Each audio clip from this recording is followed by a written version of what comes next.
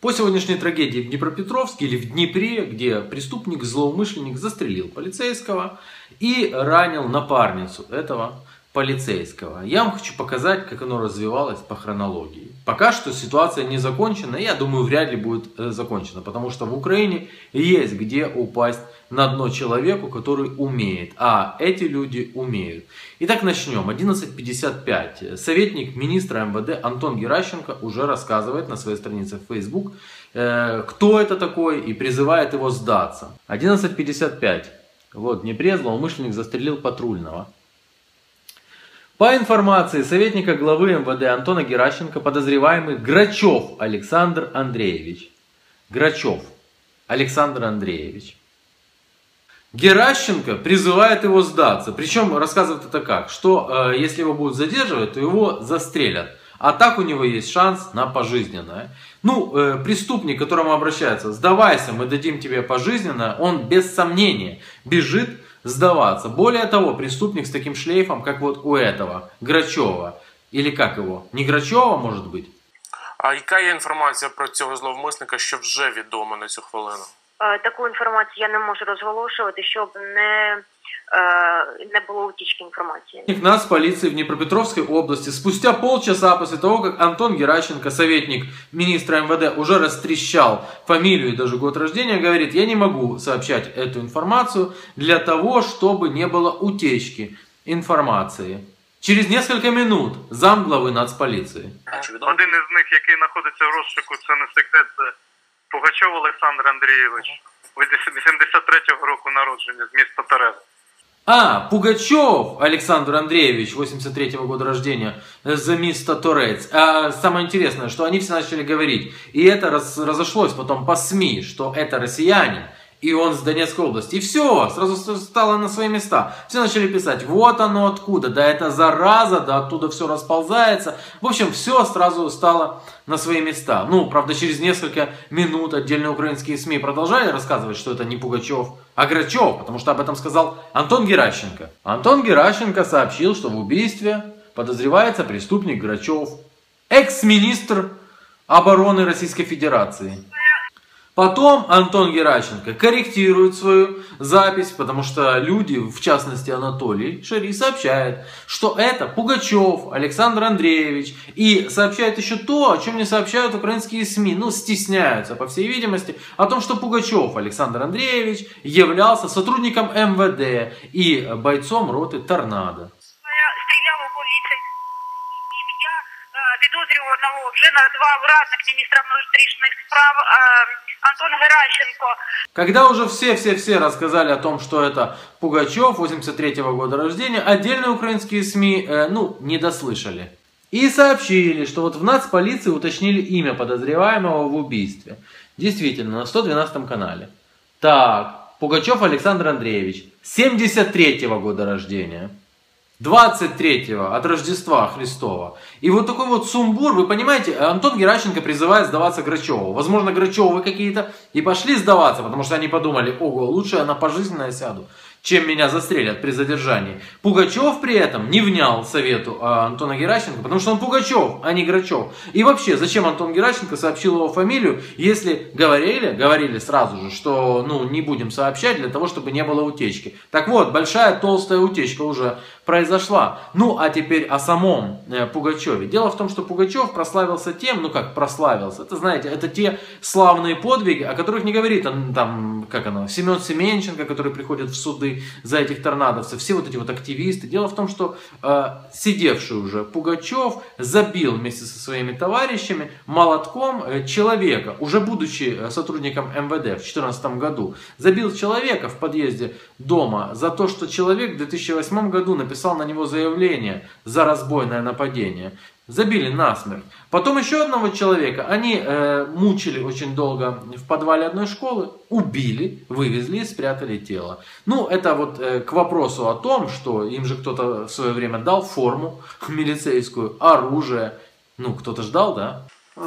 Ви знаєте, дивує те, що при МВС був створений такий батальйон, який був набраний там злочинців, як ви кажете, і так далі. Це очевидно.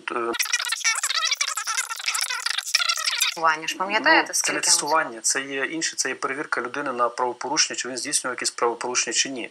Бо людина має певну історію, а людина, ми бачимо, вона вже не молода, їй ж там, напевно, років під 50. Очевидно, вона має якийсь послужний список. Это уже спустя часы после того, как уже отговорили, что 83-го года рождения. Вот сказал эксперт в эфире 112-го о том, что человек, мы же видим, ему лет 50.